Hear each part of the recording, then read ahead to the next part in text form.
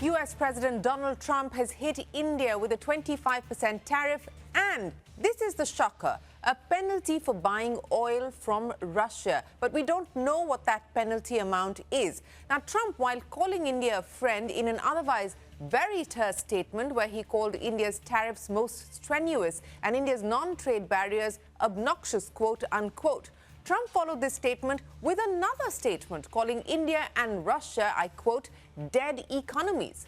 The Indian government's reaction so far has been measured. Sources say many goods, including electronics and pharma, are likely to be exempt from the higher tariffs. This was in fact the case even in April, when the Trump administration had first announced the set of tariffs. Now, the stock market seemed to be betting on the taco trade.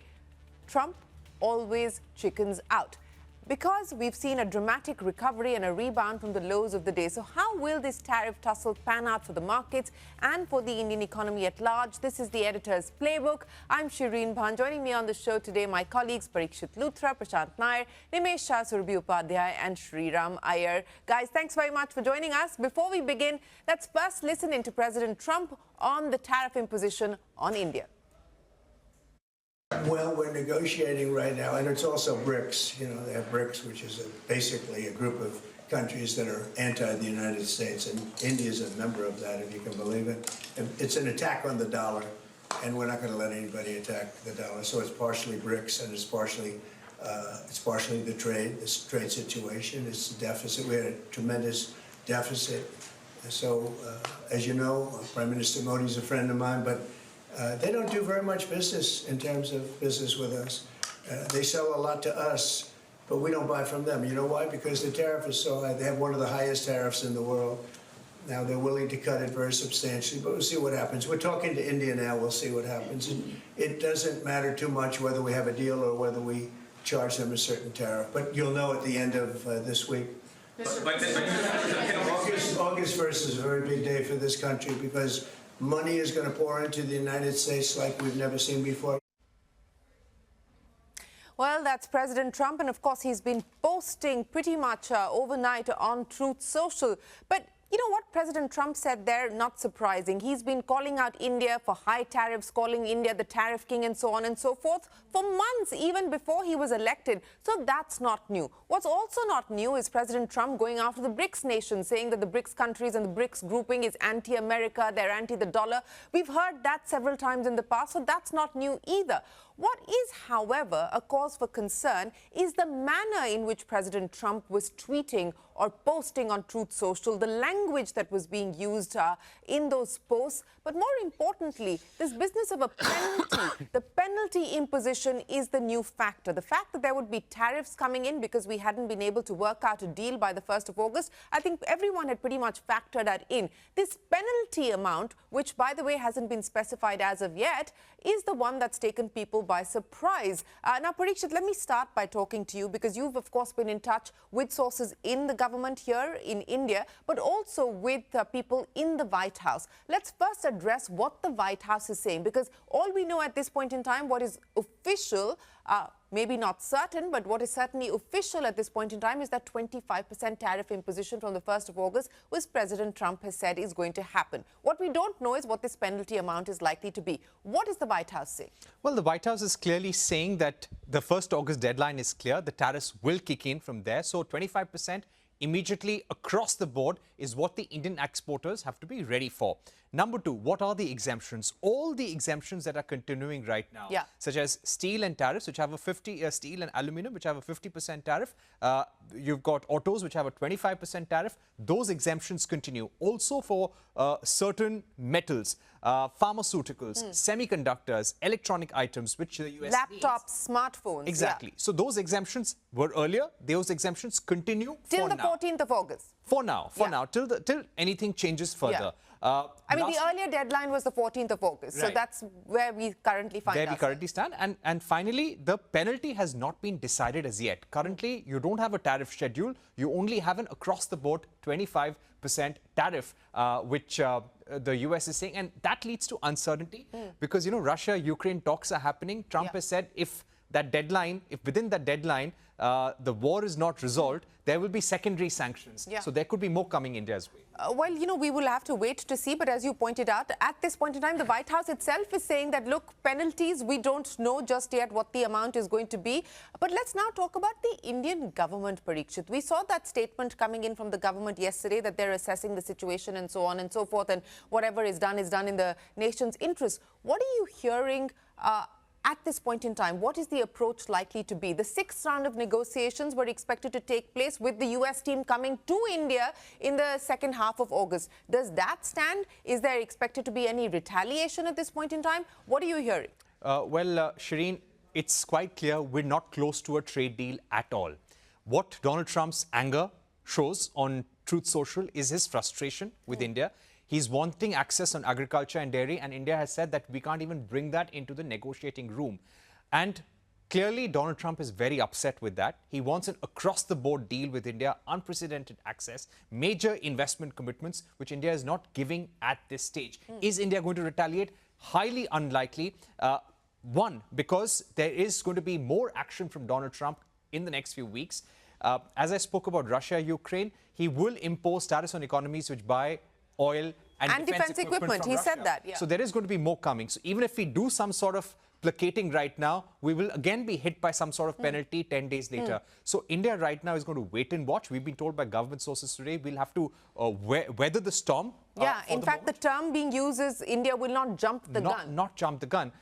And lastly, we now have to realize that what Donald Trump has done today with imposing a 25% tariff, and if he imposes a penalty, it's going to have a long-term implication. The next US president who comes will not reduce this tariff. That will be the beginning of the negotiation with the next US administration. This is a worry in the government. Well, it is a worry in the government, but also as we've heard several commentators say that, look, what these tariffs do in a multilateral system, in a system that's governed by the WTO, etc., these are unilateral tariffs that are being imposed by the force of an executive order.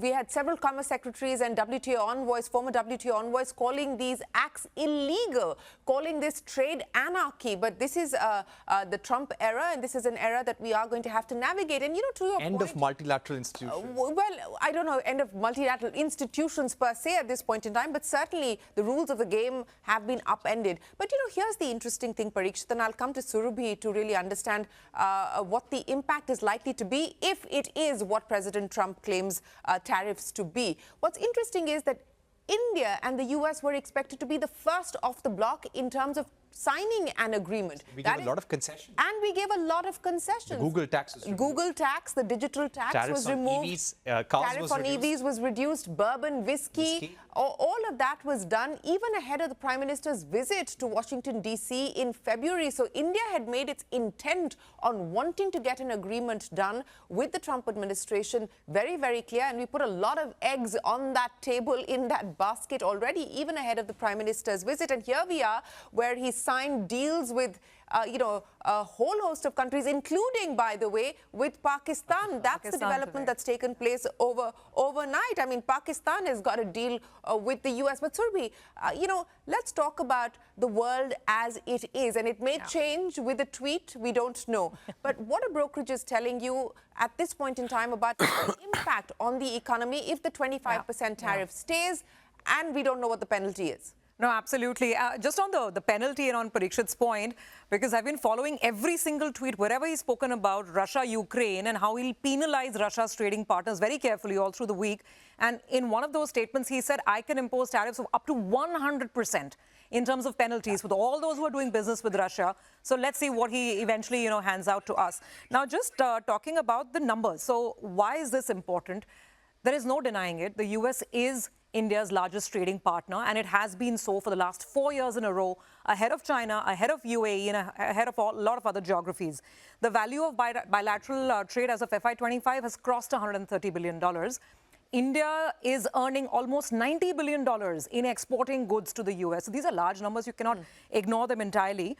If I just talk about now the GDP impact. So the numbers by themselves, absolute numbers are large. But as a percentage of GDP, we're a domestic story, right? And that's where there's some comfort coming in. As a percentage of GDP, US exports amount to about 2.1 to 2.2% as of the latest numbers.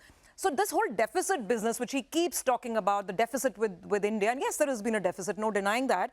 So as of the latest numbers, FY25 numbers available, we've exported goods worth almost 87 billion to the US. We've imported worth about 45 billion. That leaves a trade deficit for the US, surplus for us, of about 41 billion. And that's his problem. He wants to wipe that off. But it seems it's not just about the deficit. Now it's about geopolitics, it's about Russia, it's about so many other things. Quickly coming to the estimates. So if things stand at 25% tariff, then what could the implications be for Indian GDP? SBI, some of these estimates came in April because we were at 26%. Some are, as of this morning, very, very new numbers. So SBI is saying a 20-25% tariff impact could result in about 50 basis points loss to GDP. They're saying every 1% rise in tariff leads to about 0.5% decline in our exports. Morgan Stanley sees a downside risk ranging between 30 to 60 basis points. Citi is again talking about 0.3 to 0.4% impact. And Nomura is the latest note I read as I walked in. Their estimate is 0.2, 2 percentage points, basically 0.2% sort of an impact to their estimates of 6.2% growth this year. So there is going to be an impact on individual sectors. Of course, it will play out a lot more. I mean, gems and jewelry, whether we're looking at pharma, and pharma is the big sword that's still hanging open. We don't know because that's one of our largest, export contributions. And that's the one I was saying. No, absolutely. No, Pharma, just a quick point on that. As Parikshit was saying, as of now, it is exempt. And it's not just a concern for India, it's a concern for the global industry and for other countries as well, because, President Trump has spoken about, very high tariffs on pharma, but then he also talks about the fact that he'll give 18 months and so on and so forth. The next day, they talk about the fact that it's coming soon. So we don't really know, but what we do know that as of now, pharmaceuticals are exempt under the current regime, which was also made clear in April, and that is the expectation that it's going to go forward. Now, you wanted to make a point. So pharma, yes. I think you guys have covered it pretty much. It's a big, sword that's hanging on us. His last comment this week again was, bring pharmaceuticals back to America. So but the question, I think, interpret it as what that will mean in terms of duties. Absolutely. But see, essentially the market reaction kind of tells us a story. Even if you are saying 0.6%, 60, roughly half a percent, anywhere between 20 basis points. Market reaction is because of my green shirt, Sriram. Absolutely. I don't know what my black shirt is in protest of. No, sorry. Pista green, I might add, Prashant. By the way, the first time I'm wearing it. And we cited that in the morning today at 8 o'clock, that the biggest support the Bulls will get is from Prashant's shirt, and it's playing out. Absolutely. And, thank you, Prashant. But see, think about it. 20 to 60 basis points, what we're talking about. Max from 18 to 20 billion or $21 billion is the net impact, which at our scale doesn't look like a lot. But having said that, we were talking about this just before the show. Nimesh has a different take on why the market is up.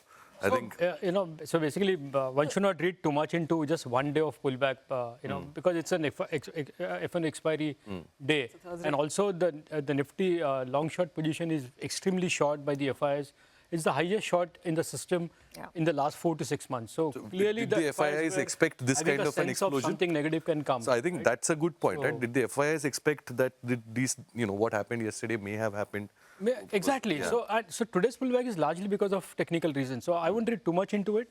But clearly, it's possible that tomorrow they might dump the stocks. Well, whether they will dump or not, I'll give you a stat. FPI selling, which had stabilized in the last couple of months. July, we're back to selling.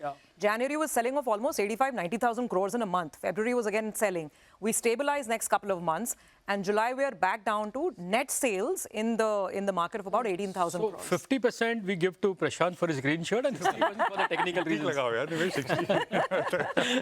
But Sriram, if I... But go ahead, Prashant. The market short and Prashant's covering. Before we come to you, before I come to you, to this point about, the markets, and I think the markets will do what the markets do on the back of many factors, not just this. But I think the larger issue is that, look, what happens to the US-India strategic partnership? Absolutely. I think that is the larger question, because this has been a relationship, by the way, which has bipartisan support, whether it was a Democrat administration or a Republican administration.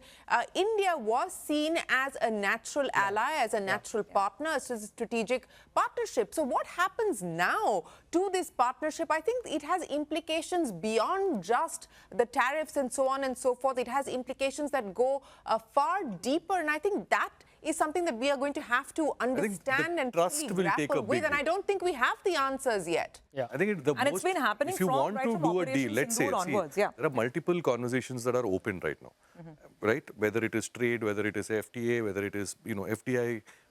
Trump also wants our companies to invest there, and all of those things will happen. For all of that to happen, the most fundamental requirement is trust. And I think that has been shaken with yesterday's move. Everybody was saying that, India and US, like you said, we were the first to get off the block in trade talks. The Prime Minister went in February. But see, he wanted 4 things broadly, right? I mean, it's come out in the points that you guys made. One is that we should reduce our oil purchases from Russia and weapon purchases from Russia, and buy both of those things from US, not from Russia, less from Russia. I think we have broadly conceded to it. I mean, we can't go from 100 to 0. No, but there is still a we are document in highest. the US The Congress. sourcing from Russia is the highest at 34%. Correct, but it Even used to in be the last 59% and 60%. The Yeah. point It has come down, but still. we are bringing it down, right? So it used to be 60-70%. It's now down to 36 as of 2024 data. There's a US Congress document showing 36%. But may I say something on that? When we started in April, this was about trade, tariff, trade deficits. Then we were all arguing whether the use of this formula is correct or not. But over the course of the last 3-4 months, it seems to be beyond trade. Look at what he did with Brazil. It's got a quasi-political tone to it, that I'm putting tariffs because, what you're doing to the So there are 2 things. We have to look Here at it's the about rate. geopolitics, because you're doing business with Russia or, So no, seems to be so more these than are just 2. I a don't trade think deficit issue. Trump's the tariff rate and the narrative are linked. It's only linked in his own head and in his tweets. It's because he can tomorrow, like in the same tweet, he can say we are good friends and still I will do this to you.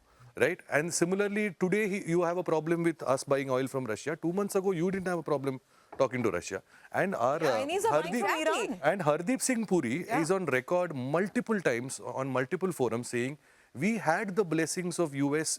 US said buy oil from Russia at not beyond a certain price. So that on a diplomatic level, there was that assent. Forget all of that. This was the Trump regime, Mr. Trump, when he took office. What was the overtures? The overtures Correct. were being made to Russia. See, and I President think- Putin was his friend. Yes. Zelensky was almost the enemy. So things what have has happened changed is what has- dramatically. Yeah. So here is my reading of the situation. Again, it's just reading and, so basically what has happened, Brazil is not listening to him. Europe and Japan have rolled over. I mean, their deal is done. I mean, they didn't have any leverage. So he is left with very few. Pakistan has rolled over because, again, no leverage. Yeah. He thinks he's equating us amongst... With Vietnam, with an Indonesia, Correct, with right. Pakistan. So if I the can- zero leverage nation, so to Correct. speak. That's a good phrase. Because he's been snubbed by Musk, China, Brazil. All of Europe now hates him. He has to blow off By the steam. way, for all that, but US now, according to latest estimates, is collecting about $350 billion in new tariff revenue every year. $350 billion. And this is I something, think that Prashant, without much impact on the inflation in the last nothing, 3-4 zero. months. Zero. Consumer economy is Exactly. solid. I think that Everything is- inflation data we have to wait for the next I just want to one. make next couple of months of Just a inflation. couple of points. I think what Parikshit said towards the end of his comments, which is that once tariffs go up, it's very difficult. difficult to come It's down. like taxes. Taxes go up. They don't come down. Same thing. A tariff is a tax at the end of the day. That is one. The second point is what Shereen said, which is that when all of this started in March or April, India was supposed to be at the front of the line. So, those graphics will come up on your screen. And I think, and I started this morning with that, which is that this is the disappointment. I mean, it's not, because the reciprocal tariff is 26. He said 25. 25, yeah. 0.5%, 0.4%, we can nitpick. And those numbers are well known in terms of hit to economy expressed as a percentage of GDP. But the point is that we were supposed to have an advantage over some of the other competing countries, exporters into the US. So we don't have an advantage. Actually, we've gone the other side, right? Look at the table on your screen, EU, Japan, everybody between 15 and 20%, and we are 25 plus something. That something is a question mark. Undefined. But I don't want to leave it there.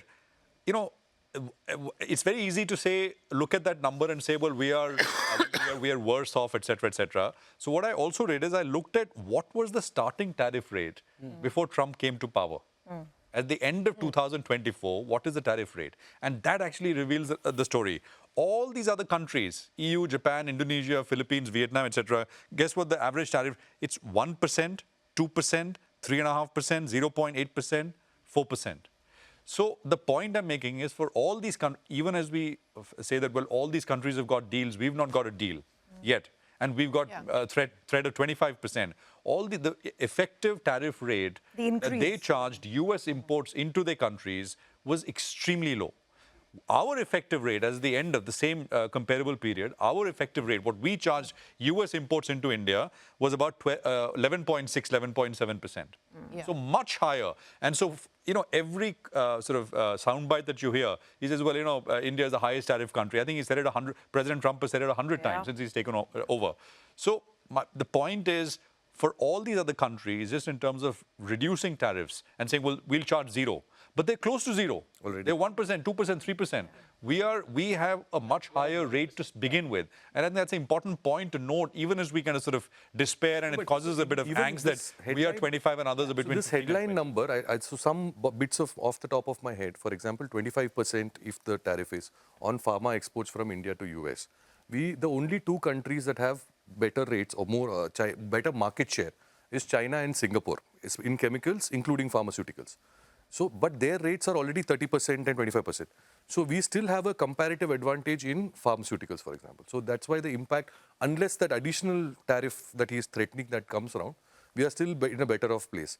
In textiles, for example, cotton is the only thing that I think where we will be hit the most because the jump is the most significant. Whereas in knitted... In cotton, we now have a disadvantage to the other nations like Bangladesh and Vietnam. Correct. And so, no, so that's why it's not so just... Indonesia is 19%, Bangladesh I think is still 35% or something. So Bangladesh is still high. 35. Bangladesh is still 35. There are some countries who are like, who are going to be more competitive to us now. So that is why they have already been. So they were already competitive. You know, and I think also to be fair, you know, you have to look at competitiveness outside of just tariffs. And I think that has been, you know, logistics costs, electricity costs, and so on and so forth. I mean, that's always been a concern, and that's always been a point of discussion when people have talked about this China +1 and how competitive India is. So it's not just the tariff, but it's also some of this other stuff that does get factored in. But, you know, to the point that was being made there about the fact that we are still largely domestic driven, we still largely cater to a big domestic economy, and that has insulated us in many ways from the vagaries of the global markets that we've seen and the many sort of twists and turns that we've seen. But Nimesh, let's break it down into sectors. And I go back again, as is, where is, if things stay as is, which are the sectors that will feel the heat? Well, you know, Shereen, before I talk about the individual sectors, overall on the markets, as I explained, today was a technical factor for the markets to pull back. But, you know, now with this tariffs plus something which we don't know, it's only going to add to the uncertainty. Also, the fact that India is relatively underperforming the last 1 month and we are still expensive. So from a market perspective, there will be a overhang now as far as the tariffs are concerned. Now, coming to the individual sectors, we spoke about textile. That's going to be the biggest hit sector for us. Nearly 28% of the exports are to the US, and that will see an impact. And we are seeing on individual stocks as well, that the textile space has seen a bit of a reaction today in the market. So that's the first big sector to watch out for. EMS, while, you know, Parikshit mentioned that it's been out of the gambit at right now. But again, you know, that's the fastest growing sector for India. Last year, we saw $40 billion of exports. Now, I think even if, you know, this is out of the tariff right now, it'll have a cap on the growth rate, and that will have an impact on the companies as well. So again, that's one sector to watch out on the negative side. Ports and logistics is an obvious thing. You know, there's going to be an impact on the overall volumes in the next few months. So that will have an impact on those companies as well. And autos, you know, again, that's the big sector. We gave up some of the things to the US, but still, auto is going to be a big auto components is going to be another sector which will be massively hit because of this tariff. So these are the 4-5 sectors which gets negatively impacted because of tariffs. Auto we gave up for nothing. We've got nothing. We gave up for nothing because Musk ended up fighting with Trump. Now Trump doesn't feel satisfied with Tesla's entry. So those are the 4 sectors. Now a bit of a neutral to not very negative. I would say cap goods is one. Steel and aluminium, everybody's spoken about it. Oil and gas also is something which doesn't get much impacted. And pharma we spoke about. it's not having a big impact on the pharma as well, at least now, because it's been excluded. And we have a bit of a pricing power in pharma. So pharma wouldn't be that big impacted because of the tariffs. We need to see as to ultimately what's the hit will be tariff plus something which yeah, will the come. hit will be more on the branded players, not generics. Not on the generic. Can I just ask one? I had a question for Shereen and Parikshit. That's a excellent roundup of what happened, what can happen, and who gets hurt. You know, as Surabhi said, that the surplus that we have is $40 billion, right? $40 billion. Around $41 billion, $42 billion is our trade surplus with the US. Yeah. Goods trade surplus. So the question is this. This all started by saying that, you know, we're running large deficits with countries. So ours is $40 billion as of last year. You know, we spent about $130 billion buying oil from outside last year. So is it possible that we kind of buy $40 billion worth of oil from the US? We've got to buy it from somewhere. Right? But and will that solve the problem? I mean, it's just a... No, the transportation cost will be very prohibitive. That's the problem. And I guess that's where Bringing the oil from there... Just 1 second. I'll get Parikshit to come in on this. But, you know, as Sriram pointed out, we have increased significantly. Just in the last 6 months, we've increased significantly our imports of energy from the US. I've had several conversations with the oil minister, Hardeep Puri, and he has made it very clear that India is happy to buy more from the US. There's absolutely no problem so Shereen, if we buy more from the US and in buying more from the US. If we do 40 billion, the goalposts keep changing. If we do 50, you know, we got to spend this money anyway. You buy it from, and if that amount solves this problem, then why not? I don't know if it's practical. No, As Sriram says, maybe it's too expensive. One is can we, you know, and what that means in terms of costs and so on and so forth. But two, you know, as we pointed out, we gave the US a lot of the stuff that the US was asking for. Right. You know, Harley Davidson, cut. Mangoes, done. You know, what is it called? Bourbon, done. We've done a lot of what the US was. Google tax, done. On that point, will the goalpost shift again? Is the question. I'm just saying we can. I mean, add to what Shereen is saying, Prashant. You know, when it comes to energy, for that matter, when Trump was meeting Prime Minister Modi at the White House, post that, the Foreign Secretary had said that we are going to purchase $25 billion worth of oil and gas from the US. Correct. That was a very big announcement.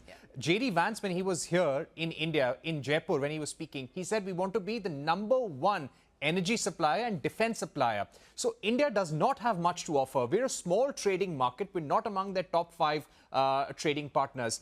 What can we give to them is large oil purchases, large defense purchases. So Parikshit, looking at long-term supplies of F-35s. Even on defense, forget the F-35s. We don't even want that. Forget the F-35s for a second. But on the defense front as well, there has been significant movement, Parikshit. And, you know, you were talking to the defense secretary just last week on our program, and he was giving us a roadmap of what could be possible. So 50... Looking for, you know, something like a fighter jet program, Shereen, what that will do, it will give the US industry a 15 to 20-year roadmap to continue supplying to India. But we're doing that for Boeing. I mean, look at the commercial orders. Indigo and Airbus, Indigo and Air India are the largest procurers from Boeing. The largest orders being placed by commercial Whether airlines. it is Boeing or We just got the Apache helicopters for the Indian Army. वो order दिया उसका माल तो supply करो पहले. He wants to sell India those F-35s, and India has a historical reluctance with the F-35s because a similar aircraft or earlier generations of that have gone to Pakistan. He's been dropping hints that we'll make it easy, buy this aircraft, because that's the next big purchase that India has to make for its future, for the next 20 to 50 years. Yeah, you know, and I think that's very clear. You cannot tie, you know, as Kanwal Sibal yesterday in his conversation with me said, you can't negotiate under duress. Yeah. And if that is the attempt at this point in time that, you know, you buy the F-35 and we'll do the deal or whatever the case is, I mean, that is something that we also have to look at from a long-term perspective. So there's negotiation and there is bullying, right? No, of course there is bullying. Yeah. There's negotiation and there's bullying. Negotiation is fair, but I mean, if it amounts to, you know, it's entirely my way or the highway, then I guess it brings us to where we are. My point is, we got to buy that stuff anyway, right? Oil. It makes no difference where you buy it from. But then it'll be something else tomorrow. That's what Shereen is also saying. Prashant, I think, as I pointed out, I don't think on oil there was an argument or a pushback from India. We have already started to buy more. We've been buying more. We've significantly upped the quantum that we bought from the US. I don't think there was pushback at all. My question, though, is that will he change the goalpost again? You know, and now if you look at the last Truth Social post, where now he's talking about let India and Russia go down together, I don't care. What does that now mean? Does that mean that, you know, he's moved on from the previous tweet? I mean, you know, we don't know till the time that we actually see the fine print. And by the way, with defense, Sriram, you track this, and Parikshit, you as well. Historically, go back last 10, 15 years. I mean, it's not about President Trump. You always refused to sell some of the advanced systems to India. Correct. I mean, it's a you know, you can. And it's not just so the GHL deal. Yeah. I'm not even talking about F-35s. I'm talking about over the last. I mean, since early 2000s. Earlier, they had a reservation selling it to us. Yeah. But also we have already made not just in oil, even in defense. HLG MOU, we have agreed to buy those drones from that California startup. I forgot. I think Atomic something. It's Atomic. So that also we've agreed to. So it's what if you say the only thing we are saying resisting is F-35, right? That you are anyway selling to Pakistan, and here I want to sort of tie it back to the conversation on trust. You are not just bullying us, you are, you know, unnecessarily blasting off the one person who's willing to have a decent conversation with you. And at the same time, you're putting the tariff with us and signing a deal with Pakistan. You know, the Quad Summit, that was supposed to be the big thing where Donald Trump would come to India. Right now, we're getting to know from sources, dates are not finalized. There is absolutely no clarity whether Trump would be coming or not. We have given him the invitation, but secondly, we'll also have to keep in mind, if he goes to Pakistan first, will India be comfortable with hosting a Quad Summit immediately after? No, absolutely. And that's what I said. You know, it goes beyond just tariffs. This is about the larger relationship. It's about the larger partnership between India and the US. And, you know, these are deep historic ties. The Indian diaspora is not just large in numbers, it's large in influence in the US. I mean, you know, every tech company is being headed by an Indian origin CEO. Today, consumer companies like P&G are being run by Indian origin CEOs. So we've had deep ties with the US, and I think there is concern on both sides. And we were talking to many of the former ambassadors from the US last night as well. And I think there is concern on what this will mean in terms of the overall strategic partnership between India and the US. Now, where this leaves China, where this leaves Pakistan, I mean, you know, these are sensitive issues. There was already, you know, a great degree of concern when we saw the Pakistan army chief being hosted at the White House, and now announcing a deal with Pakistan on the same day that they announced tariffs and a penalty on India. I mean, these are sensitive issues, and it's certainly and you know, doing it all of this publicly on Twitter and India, Pakistan almost 24 times. 24 times hyphenating India and Pakistan, and doing this publicly on social media platforms and so on and so forth. It does constrain the room for diplomacy, the room for dialogue and for negotiation. So, you know, this is going to be a tough one. It's going to be a tough balancing act, and it's going to be tough to see how both sides maneuver themselves. What is at hand is the 1st of August with a 25% tariff kicking in. We still don't have details or any clarity on what that penalty will be. Will the penalty kick in from the 1st of August or not? We don't know, and that is the big question that we need an answer to. India's position is don't jump the gun. We will have to wait to see whether there is going to be any formal response in terms of measures taken, whether we move the WTO or so on and so forth. I mean, those are all issues that are up for discussion. I would imagine there's a lot of conversation at the back end on that. But what is a fact is that there is a 25% tariff. What is still not a certainty is whether that 25% tariff with penalty comes in on the 1st of August. But we will, of course, be tracking this story here on CNBC TV18. Thank you to all of our viewers who joined us on CNBC TV18 Access. Thank you to all of our viewers who join us on CNBC TV18's YouTube channel, and those who tune in to us on television. We will continue to bring you all the latest developments. But from Sriram, Nimesh, Surabhi, Prashant, Parikshit and myself, thanks very much for watching the Editor's Playbook.